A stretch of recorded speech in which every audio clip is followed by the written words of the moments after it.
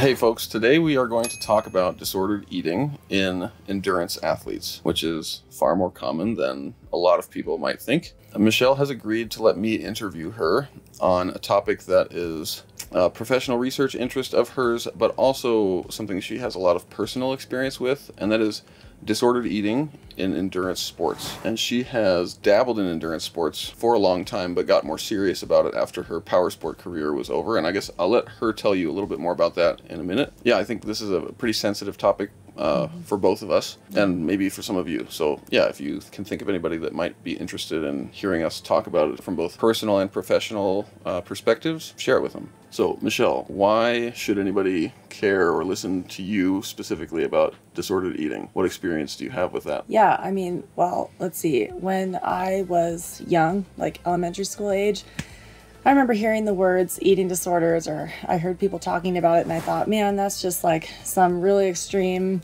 taboo topic. And I remember thinking that people who had eating disorders probably were kind of messed up, honestly.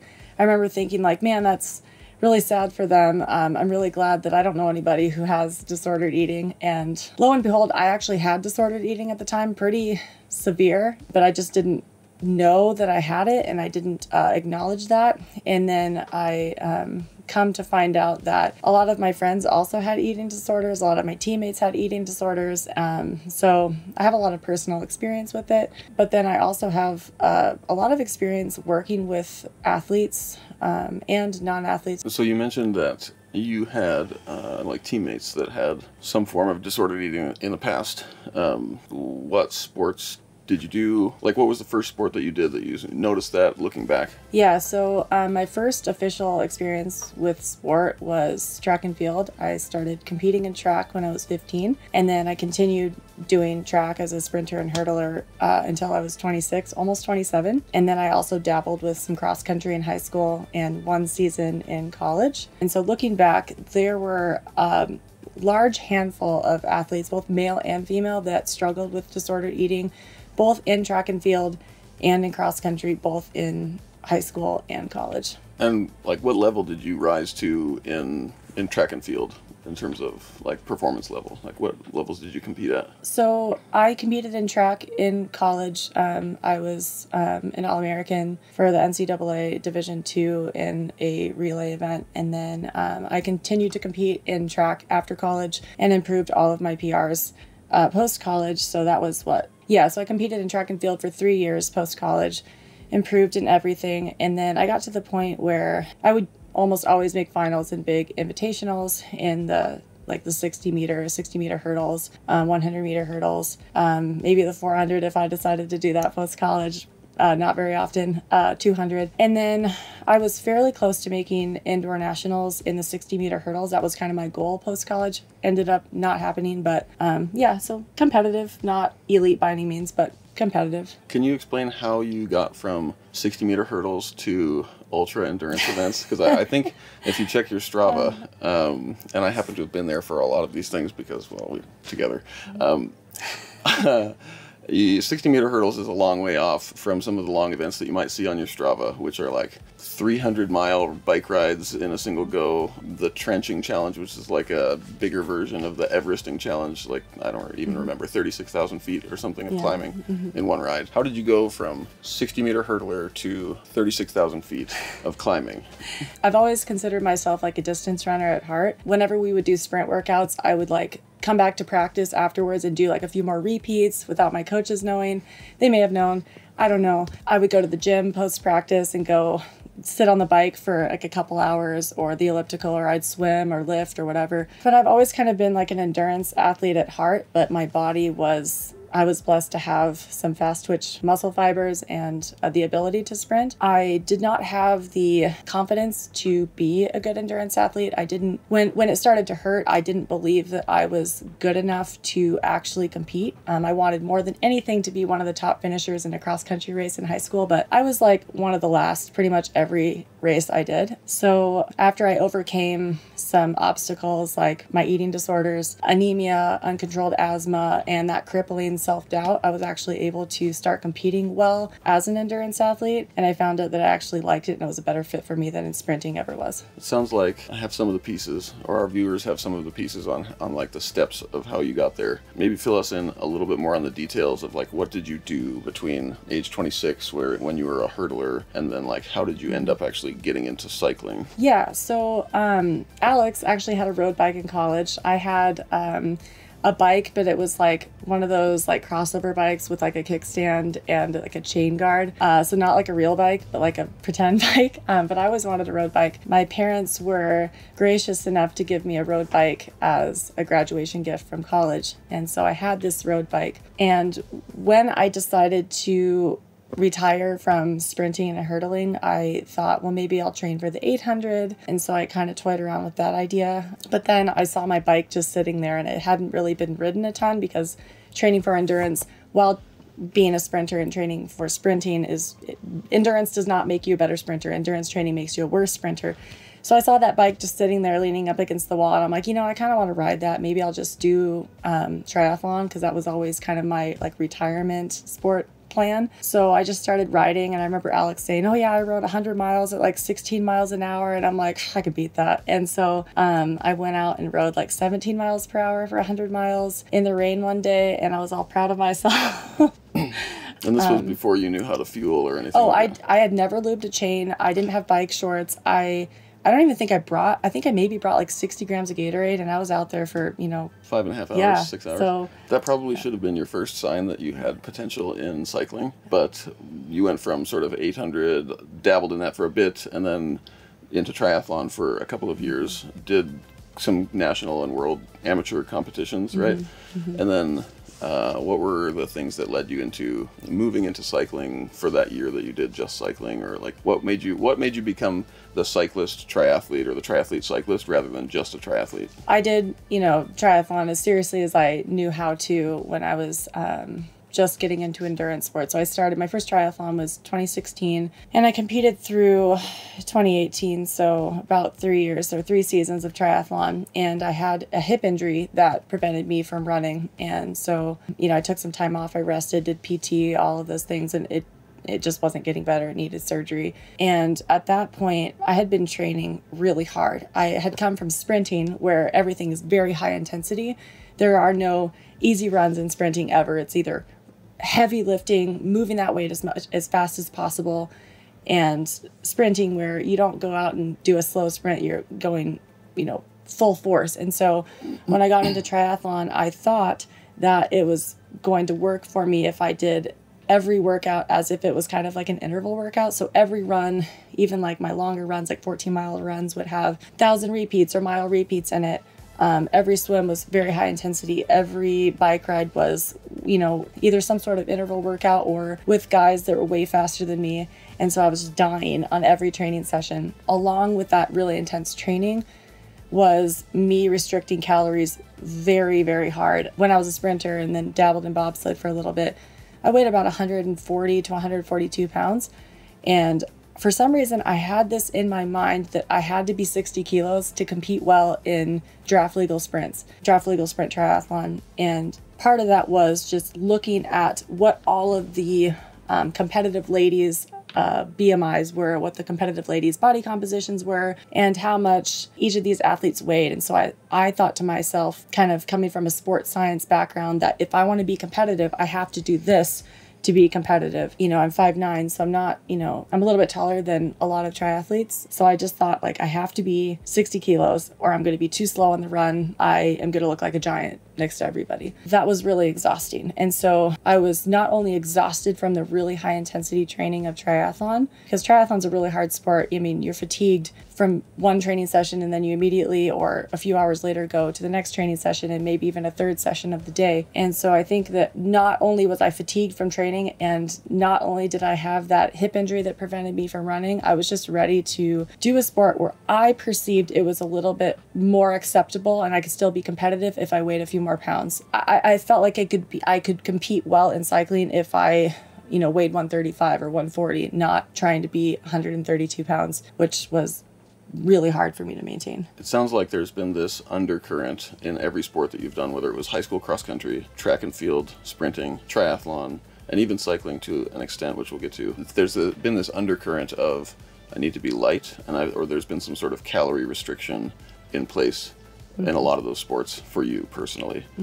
And I think if I can speak for you for a second, I remember bobsled being a time where obviously you had less calorie restriction in mind because the coaches were like, you need to gain 20 pounds today. In 3 months, yeah. It's like, okay, then, of muscle, 20 pounds or 25 pounds of muscle in 3 months. I'm like, I'll just get right on that, like no problem. Yeah, their perception of what was physiologically possible was probably a little skewed. Errant. Based on, PEDs and that. For sure. But bobsled and then cycling provided a little bit of a reprieve from that sort of restriction mindset of triathlon. It sounds like whenever there's been running involved, or whenever you think about climbing on a bike, or whenever you think about triathlon in general, like there has been a tendency for you personally to think lighter's better. Yep. Lighter will make me go faster. How did that work for you in high school cross country? Terribly, yeah. So high school is a little bit different because, as we know, everybody's still young. They're still developing. I'm 5'9", not crazy tall, but not short by any means either. I was around a bunch of guys that were 6 feet tall, or maybe even the same height as me, or even shorter, and they weighed like 130 pounds. And in high school, when I was a senior, I weighed 130, and I remember feeling very huge next to them. I remember thinking like, man, like nobody's gonna want to go to prom with this giant. Like that's not okay. And so, man, I restricted hard because I just remember thinking like, I don't want to be a giant. And I don't want to be slow because I'm already slow as it is. And I don't want to be slower if I gain, 5 pounds. So you had this fear of like, if I eat more, I'll definitely get slower in cross country. Yeah, and for sure. What do you think about that in hindsight? Oh, it was absolutely backwards. So I remember every morning I'd have this bowl of cereal. And it was usually like this big. It was like not even a bowl. It was like a dessert bowl kind of, with skim milk. Then I would have 1 power bar for lunch, and I wouldn't eat anything through practice. And then I'd go to the gym and work out for, a few hours. And man, I was so underfueled. It was ridiculous. I was just dragging by the time I got to practice. I remember thinking like, the coach would say like, go run 4 miles, easy. And I just remember thinking like, I am so exhausted I could collapse right now. And I didn't even know what being well fueled felt like. I just thought that I was terrible. I just thought, oh, I have asthma, or oh, I'm just a bad athlete, or it's the anemia that's making me tired. No, you're starving yourself. You have literally no glycogen stores whatsoever. I'm starving. And then I would just binge at night because, you have to make up for it sometime. So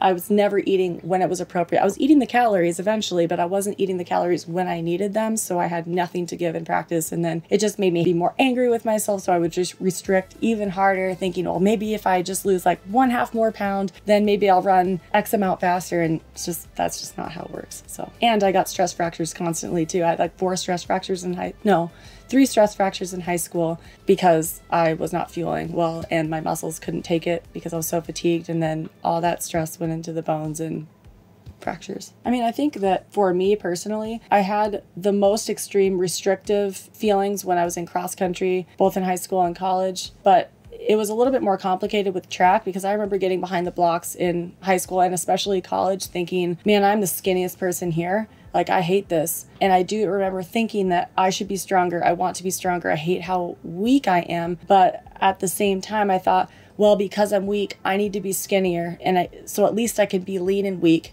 because I can't be weak and fat because then I'm going to be even slower. So in a way, sprinting was almost worse because those ladies were jacked. They had abs popping through their, jerseys. And I remember thinking like, I can't be weak and fat. I have to be at least just weak. Yeah, it was like you could make up for the weakness by being lighter and skinnier when you were hurdling. Yeah, and I wanted to be strong. I wanted to be muscular. I hated that. I was very under-muscled at the time, but, I just didn't handle it well. Did you ever intake fuel during training and track? Not a chance. When was the first time you decided to actually fuel your training, like drink a calorie, drink a carbohydrate during training? Did that have anything to do with like weight management when you were doing that, like thinking that you were going to burn calories? Or it was half and half. So when I was younger, when I was in high school and college, 50% of my exercise was, I want to be better at my sport. And then the other 50% of the exercise was, oh my gosh, I am so fat. I need to lose this weight, or I am not lean enough, or I'm not going to be competitive. So it was kind of half and half. It kind of depended on the day and the situation, like what my main motivation was. So I do remember taking in Gatorade maybe like twice at the gym, like while sitting on the spin bike or something. But usually it was like I would start feeling like I was going to die on the bike after going, to school all day and then going to practice and then going to the gym. I would just break down and then I would go like buy one granola bar out of the vending machine and then get back on the bike or the elliptical or get in the pool. I want to say like maybe the first time I ever had fuel while I was training was at the gym post practice. Okay. Yeah. When was the first time you decided that you were going to regularly have fuel during training? Grad school. Grad school. Mm-hmm. Grad school for what? Sport physiology. Yeah. Okay, and then at that point you had your degree in exercise science. Mm-hmm. So you had gone your whole undergraduate without fueling during training. Never. Which you can kind of, if you eat a huge meal before a sprint practice, hours before, you can kind of get away with it, but shouldn't. But in grad school, still a hurdler, still a sprinter hurdler, still a power sport athlete, not endurance athlete, you decided like at some point you're going to fuel your training. Mm-hmm. You're going to start fueling some of the lifting you're doing and some of the running you're doing, and you had like 30 to 60 grams of carbs, if I remember right. It's usually 60 because I was doing a lot of volume in the weight room at that time. So I would have like 60 to 64 grams almost exactly every day, and then I'd have like 20 grams of protein from whey protein and then some creatine, which I finally started taking whey protein and creatine in grad school. Got it. So how did your performance compare when you started fueling regularly? And obviously there are some compounding variables here because you started lifting also regularly. I started lifting and I also stopped doing cardio in grad school. To enhance your sprint performance. Yeah. It was just because I realized that I need to knock this off. And to be honest, to be fair, I kind of gave up in undergrad. I realized that I wasn't going to get to where I wanted to go in undergrad while I was in college on our track team. So I would do cardio randomly because I just wanted to and I liked it. But in grad school, I had kind of a renewed sense of hope that I could actually get better again. And so I stopped doing cardio because I actually wanted to give it a fair shot again. So it sounds like grad school was a bit of a turning point. Oh yeah, for sure. In like patterns of disordered eating. Mm-hmm. And maybe I'm totally putting words in your mouth, so correct me if I'm wrong. Was there some aspect of like feeling of control that you had in grad school? If it were me, I would feel like, okay, I finally have some control over the training that I do. Yeah. I have a control over that area of my life, which is obviously a big part of our lives. Mm-hmm. I have this control now. Maybe I don't need to have this death grip on control on nutrition or on hydration or on fueling, or my calories or whatever. Tell me about how control played into it, if it did at all.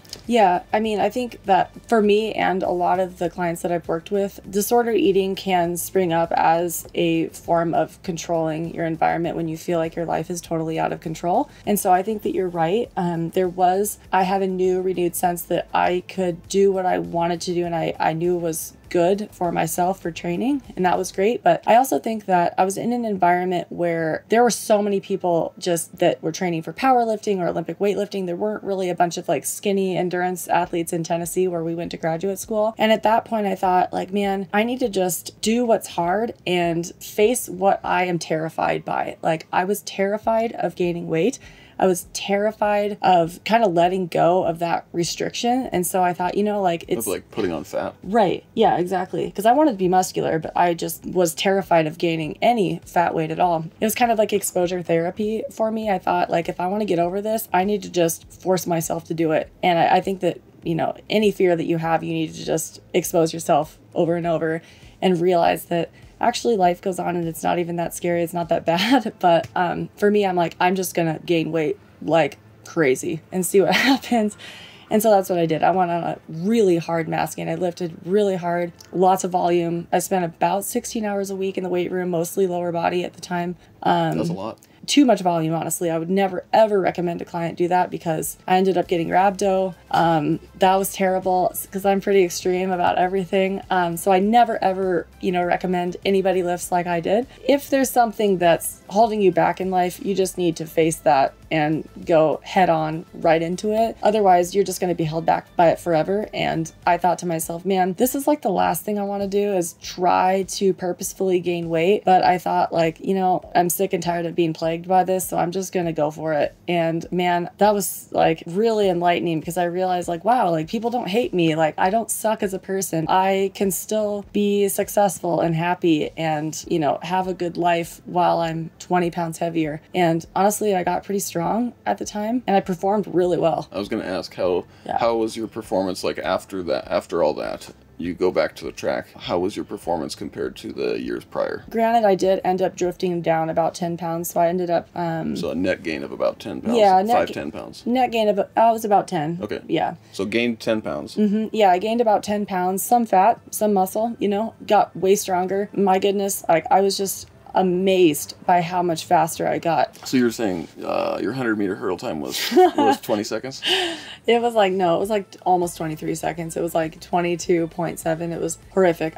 This was like the peak of my disordered eating. I weighed like 110 to 115 pounds at 5'9". Extremely weak, you know. I was also had no skill. I had no idea what I was doing. By the end of my freshman year, I was like 16 something. I don't even remember. It was terrible. So then high school progresses, you go 15 something in yeah, the 100-meter hurdles. 15:29 by senior year of high school. And then in college. What was your fastest time in college before you started deciding to eat more and focus more on like muscle gain and strength? What was your fastest college time, and then what was your time after the mass gain? So I think for my 60-meter hurdles, I ran 8:89 in college, and then a 14:36 or 9, I don't remember, in college, something like that. And then my 200 time was like 25 high maybe, and my 100 time, I think I ran like 1:12.6 maybe, I don't know. Before that I ran like a 12:9, like not, you know, competitive. Let's pass no judgment on ourselves. I think it's something that I've seen among my clients that have struggled with disordered eating in the past or currently do, is that they're very quick to pass negative judgments on themselves. And I could see how personally that might feed into wanting to control things more. Yeah, so tell me. That's true. Yeah, that's true. And I've seen that in quite a few clients as well. And how about yourself? It's definitely, I was going to say, when I see that in a client, I'm like, oh, yeah, I totally do that. Interesting. Anyway, so your 60-meter time in fastest 60-meter time in college. Sorry, 60-meter hurdle time in college. Yes, 60-meter hurdle time was I believe in 8:89, and then. Now, what's your fastest 60-meter hurdle time after you gain weight? So I gained 10 pounds, not all muscle, fat too, and I ran 8:65. Is 8:89 close to 8:65, or is that kind of like? No, so we're talking about like a 5 to 10% improvement. Yeah, so this is 8.89 seconds, just for the record, for all the endurance athletes out there, versus 8.65. You know, that's a lot different. That's quite a few places that you move up in, you know, a 60-meter race. And then my 100 hurdle time dropped, I think, like 3.5 tenths. So that was good. And then my 200 time dropped, you know, almost a second. 400, honestly, I didn't run the open 400 a whole lot in college. And I also only ran the open 400 once, but it dropped 2.5 seconds or so. It almost sounds like your longer events improved more after you gained weight. Oh, for sure. Yeah, this is a little bit off topic, but, you know, I talk with my clients about this a lot. They will come to me saying like, hey, I want to run a marathon. The best marathoners, they run this time and they weigh this much at this height. And, you know, that might be true. It might be true that, you know, a lot of competitive marathoners are within this certain height and weight range, but that doesn't necessarily mean that's right for you, because they may have just naturally been a little bit lighter their whole lives, and that's great for them. What might be right for an elite marathoner might not be right for you. While it may be true that those people that are competitive at the marathon might be within a certain, you know, weight range, they may have just been naturally light their whole lives. Whereas you might, you know, be just naturally taller or naturally just bigger or naturally more muscular. And so for you to try to push your body to fit into that box is actually probably going to make you worse. You should be thinking about how your weight now relates to what it's been your whole life versus how your weight compares to somebody else's. And I know that that's so cliche, but it's so true. Like, I was obsessed with being 60 kilos when I first started doing triathlon. I thought, I am not going to be the athlete I want to be unless I am 60 kilos. That's not going to work for me. I will have no power output on the bike. I will probably collapse on the run because I'll have no energy. You know, it's just why are we doing this to ourselves? Like, this makes no sense.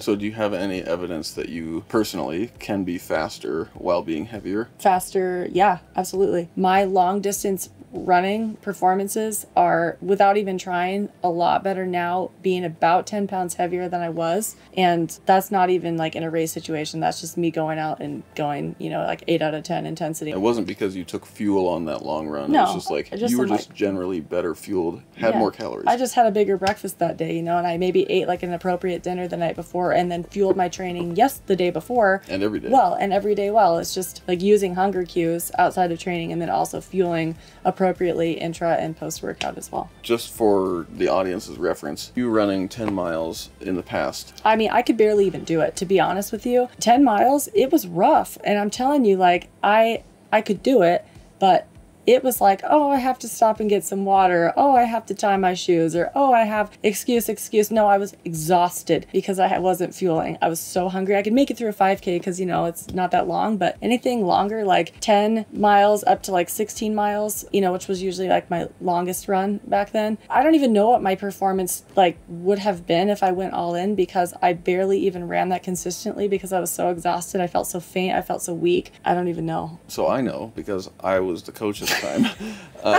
And so I can tell you some of the data.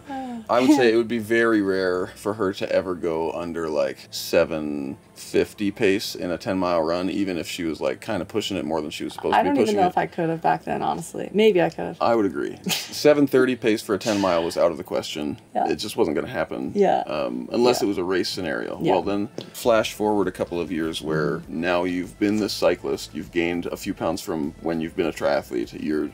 You haven't run anymore. If anything, you've run less and less hard. Way less running and way less. And have just eaten more and are just literally heavier. Mm-hmm. Like you're 6 pounds up from at least 6 to 8 pounds 6 heavier. to 8 pounds heavier. Hardly running at all, to be honest. I mean, like a few months ago, you ran. It was basically 7 flat pace over 10 miles with 1,000 feet of elevation gain per mile in that 10-mile run. So crazy hilly course. This was not a race. This was a random training run. And like an 8 out of 10 we both basically agreed that you could probably go 6:30 pace for 10 miles if you absolutely had to on a flat course like race scenario. Yeah, so we're talking like a minute per mile faster or more than you were 2 or 3 years ago when you were running hard, running lots, and restricting calories. Yeah, it was literally just from being fueled. I mean, I've had injuries off and on, like I've had 2 hip surgeries, you know, and then I haven't been able to do the running volume that I want to do, but just from fueling more and riding the bike, you know, it's pretty much all it took. So I haven't done an interval workout running in 3 years, not a single interval run. I'll do like easy runs and that's pretty much it.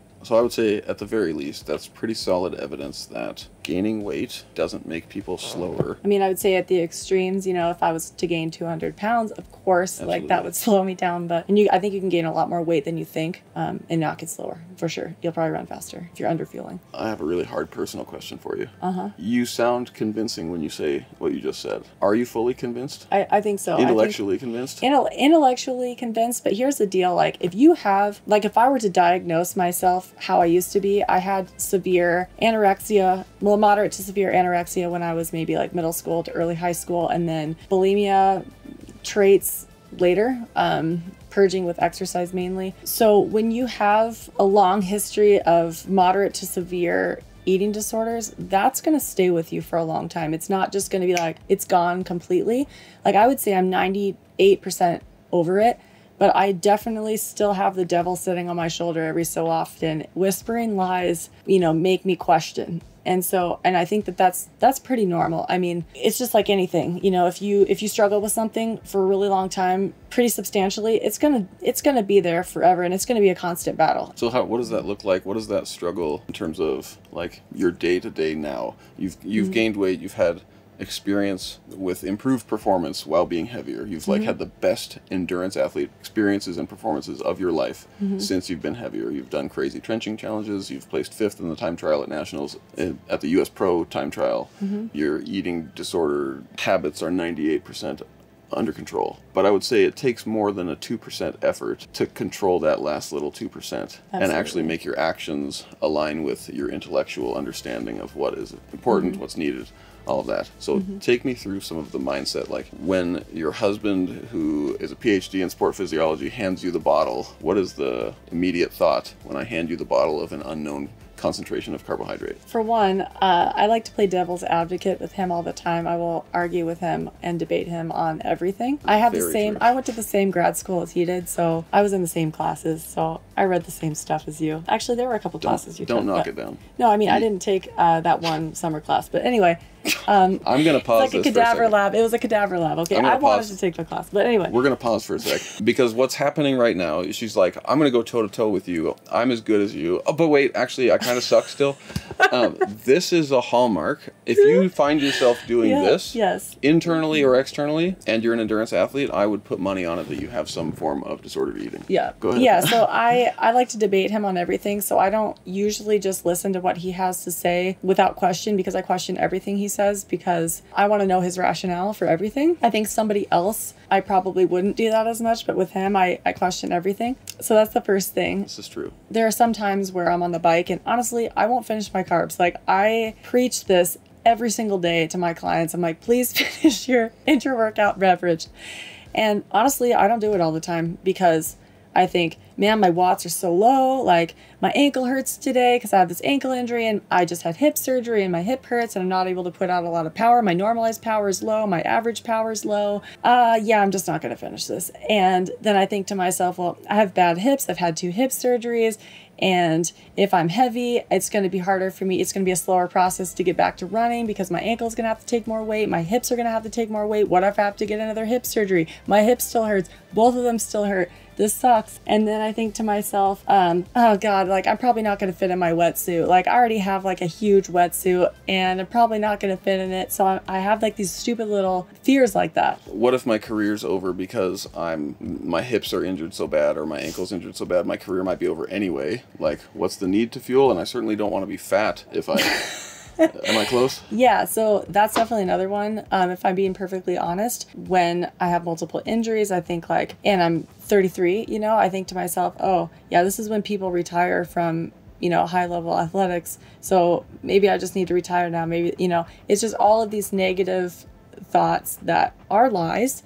They creep in, and that leads to not fueling appropriately. Probably really common to folks watching. I know it's common for some of my clients. You are expert at finding reasons why maybe I should have a little less today. Yeah. Right. And it truly is a conscious effort. It's not like, for me, it's like the default to fuel well, and then if I don't feel well, it's kind of like a weird thing. No, my default is to not fuel well. So it's like a conscious effort every single day to take another drink of carbs. Like, if I'm in a hard race and I'm getting fatigued, my default is don't drink anything. You're uncomfortable. Just don't fuel. Don't do anything. But it's a conscious effort to take every drink and force feed myself, essentially, so that I have energy to keep going. It truly is a decision that's being made every single day. So it sounds like it's very intentional. Yes. And without that intentionality, you would default towards like restricting. Right.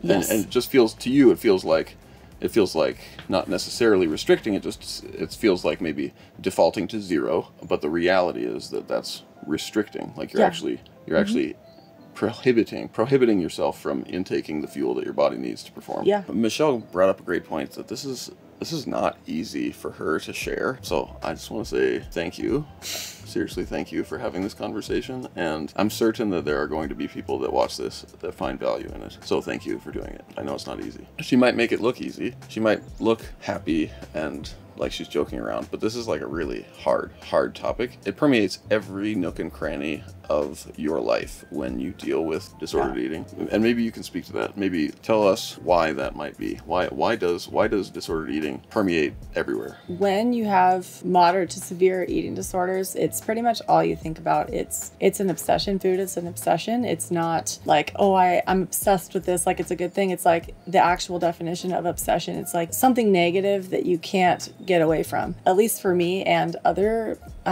folks that I've talked with that have disordered eating, they like to pretend like they hate food, but they actually love food. Like they really love it, but they just don't want to acknowledge that at all because they see it as an evil. It's not just like you're thinking about food all the time and you are trying to stay away from it. It can turn into deception because you have to come up with ways to deceive other people that you're eating more than you are. You have to lie to yourself and tell yourself that you are not hungry when actually you are desperately famished. Like faint. You train yourself to ignore the initial hunger cues, like what most people who haven't had disordered eating, like when I feel hungry, I feel like, oh, I'm just a little hungry. Like it just comes on as a hunger sensation. That's totally gone. Like for you, the first, if I can speak for you, it seems like the first sign that I notice that you're hungry is you're like, my stomach hurts. So she's at like hunger pangs level when she says I'm hungry. Or irritability too. Like, or she's like, I start getting cranky and I'm like, I'm cranky. Like I don't want to do anything. I don't want to train. I don't want to work. I don't want to clean. I don't want to run errands. I don't want to do anything because I'm hangry, but it feels like irritation. And so now because I still have trouble with hunger cues, to be honest, I start sensing faintness or weakness or fatigue or irritability. And I'm like, that's hunger. Interesting. And so or even like inability to focus. Yeah, inability to focus, exactly. But going back to how it permeates your life, it's living, it feels like you're living a lie, and it feels like you're living kind of almost like a secretive life, because you spend your whole life trying to figure out and strategize how you can fit into society, like hiding the fact that you have a problem. So, and I think that a lot of people with disordered eating, they know all about the secrecy of it. They know all about the kind of lying to yourself and lying to other people feeling. And that just sucks to think about all the time. It'd be cool to just be able to be in the moment or focus on something else other than how you're going to convince your family or your friends that, yeah, I already ate, when you're actually, you've eaten like, 70 calories that day. And it's like,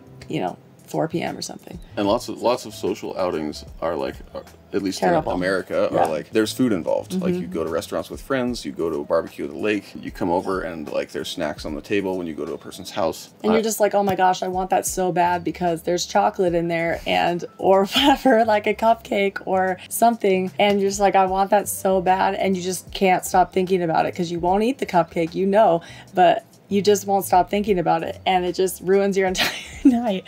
And I'm not exaggerating whatsoever. I mean, and people like probably push it on you. Oh yeah, and it's just, it's terrible. It's honestly, we're not doing this justice at all. This whole topic, we're not doing it justice. This deserves an entire textbook. There's so much information on it that's so complex. There's so many different flavors of disordered eating, and there are some things that are common between people. There are some traits like type A personalities, perfectionists, like generally people who maybe struggle with a little bit of anxiety. People who generally higher achievers with higher anxiety do tend to struggle. And then there are certain environments that people grow up into that can act as triggers for some of those disorders as well. I would add also that if you're a high achiever who thinks you're not a high achiever. Yeah, that's what I'm saying. It's usually high achievers and type A personalities who are generally pessimistic towards themselves and other people and have low self-esteem generally. Self-criticism. Low self-efficacy as well. Low self-compassion. Yeah. And it's also interesting how a lot of times those people will be drawn to things that kind of exacerbate that. Like they're drawn to sports or activities or environments that see that behavior as kind of okay. Whereas other people, they just get into that environment and then they develop those habits or those thinking patterns when they're in that environment, but other people are actually drawn to it. Like that's how I am. If I want to be crazy lean, I just naturally am drawn to things and environments that kind of see that behavior as being normal. So like triathlon, like cycling, like running. There's some change to that, which is great, but it's totally celebrated broadly within all of those communities. Yeah, leaner, lighter is better. There's an entire forum called Weight Weenies where people talk about how to trim grams off of their bike. And if you're trimming grams off of your bike, probably are prone to thinking that trimming grams off of your body is a good idea too. I definitely feel like we're not doing this justice, because I just think about like how much impact this has had on my life, and I've seen so many people in my life that have been so impacted by this. We're not doing it justice. It would deserve, like I said, a textbook or a whole series of videos on one particular topic, because there's so much. I think a lot of people think, oh, you have anorexia, or oh, you have bulimic tendencies, or oh, you are concerned about your watts per kilo, whatever, if you're a cyclist. But man, there's a lot to it, actually. Yeah, you're right. There are a lot of flavors, and you know so much more about that, because that's not my expertise at all. I have no formal training or education in this whatsoever. I haven't read any of the books, the articles. And I mean, honestly, we're just talking about my particular experience. But I think one of the values of your experience to even a broader population than folks that might have like a clinically diagnosable eating disorder, the value of your experience is that you're sort of on that in-between. And now it's like you're sort of in that in-between where, do I really have an eating disorder now? Yeah. Or am I just like restricting too much? And honestly, like the title of this video could be like, are you restricting calories? Here's how to know. Like, and I really want to get into that, because I think that's where there's going to be so much more value for so many people.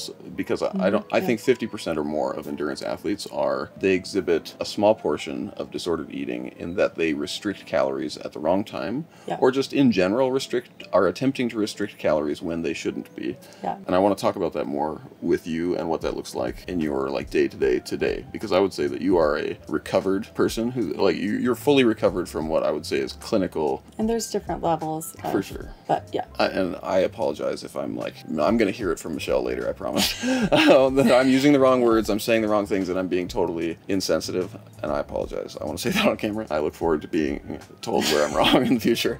But I do want to talk about the sort of, like, I spend a lot of time on some forums online, like Trainer Road and Slow Twitch, and I see a lot of borderline disordered eating or low-level disordered eating tendencies, and one of the biggest places that I see that is in people's unwillingness to fuel their training, or their tendency to believe fuel strategies that involve some form of carb restriction or restriction in general, where they think that there might be some metabolic adaptation if they only do certain sessions with fuel and other sessions with no fuel or less fuel. There's like this longing in the endurance community to believe that some of these restrictive strategies might be performance enhancing, and I think I've certainly like wished for that, because like wouldn't it be a cool advantage to have just water, that's all you need, man. That'd be great. But for sure. It's not. But I'd like to hear more about how that affects you in the day to day. When you wake up, what are your first thoughts with regard to food? Coffee.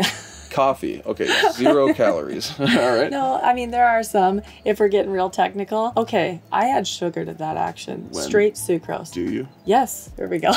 I don't regularly see her add sugar to her coffee. Okay, actually, to be honest, it depends on what kind of coffee we get, because if it's nasty coffee, like there's certain brands I'm like, we need some sucrose in here, and then there are other brands I'm like, sucralose is fine.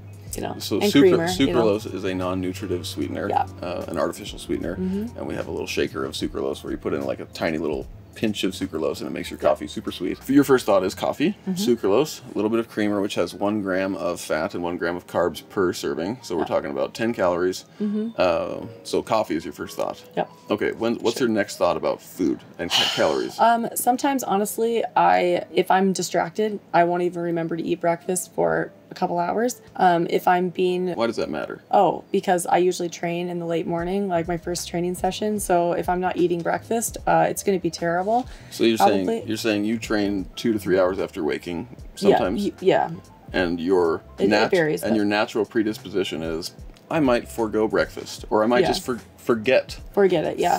And I think it is partially forgetfulness. Yeah, and part of it's habit too, because I remember all through, high school and college, I would have 1 apple for breakfast and maybe would have lunch, not really sure, depended on the day and how like tasty it looked. And if I could, if I didn't have the impulse control, I would say, oh, I'm going to eat that for breakfast or for lunch, but other times I just wouldn't. So you're saying that forgetfulness is habit. So is a habit of in the past, I would consciously choose not to eat breakfast, or I would have something very small, because I thought, oh, it's a new day, it's a fresh start, I can actually drop all that nasty weight that I don't want. And then now, if I'm not being really proactive about it, it's just kind of a habit, like, oh, no breakfast. And it's not because I have a fear of weight gain, but it's just because I'm distracted with other things that I'm doing. And it's just partially habit. How long have you been doing training sessions sort of sometime after breakfast, like in that 2 to 3 hour window after waking? It depends on the day and it depends on what I'm doing. Oh, I meant like how many years have you done that sort of schedule? It's been years though, right? Yeah, I think I started doing that maybe in grad school. I mean, basically, what I'm saying very rudely and very bluntly is that the default is some days forget to have breakfast, even though training 2 to 3 hours after waking is like, that's been the standard for both of us. That's been like our plan for most days for years, 5 years, 10 years. What's the next thought? Like, take me through a day where you've had your coffee, an hour goes by, you're like, oh shoot, breakfast. What goes in your mouth and why? Oh, so if I don't eat breakfast, are you saying? Yeah, like if you just do coffee. Yeah. It's been an hour. You're supposed to train in an hour, hour and a half, which is common. Like, this is every day. Not every day. So if I'm on top of it, I would drink some Gatorade, or I guess I shouldn't say Gatorade because it's not always Gatorade, some sort of carb beverage, and I would sip on it from that point until training, and then I would continue slamming carbs on the bike or while I'm running or while I'm at the pool. Oh, you're talking about if you completely forego breakfast. Yeah, if I totally like we'll get there. Fail. We'll get there. Oh yeah, I'm saying if I don't fail, like if I'm not doing it well, I'll be like, oh shoot, okay, and then I either will have something tiny or I'll have something that has kind of a lot of fat in it, or I'd have something with fiber in it, which is, not great for... Give me an example of something that you might consume an hour and a half before training because you're just like, oh shoot, I should have had breakfast. I got to put something in my mouth. Honestly, let's see. Depends on if we have whey table right now. It depends on if we have whey protein or not. If we have whey protein, it's almost always a shake. It's like some sort of berry carb protein shake. We don't have whey protein. We've been out for a while, to be honest. So the last few days I've been eating peanut butter and jelly sandwiches. I actually had, what did I have? Like a fiber-rich meal like right before my swim the other day. I'm like, good thing this is an easy swim because it was just bad. It was honestly, it's like exactly what I tell all of my clients not to do, I was doing. One of the things that I am noticing her do, and this is like a Michelle expose. This is not fair to her. So I hope that I'm doing it because I think that there's value to folks who are struggling but don't know that they're struggling. One of the things that you're doing right now is something that I see as very common among folks that I've worked with that display like tendencies towards disordered eating, or just tendencies towards restricting. Is that you're saying foods that you would eat, but you're completely ignoring numbers. When you self-report to a person, you say a berry shake, maybe with some fiber and fat in it or something like that. Yeah. And you don't mention that there's only 30 grams of carbs in that berry shake, or maybe 40 grams of carbs in that berry shake, when an appropriate breakfast for you would be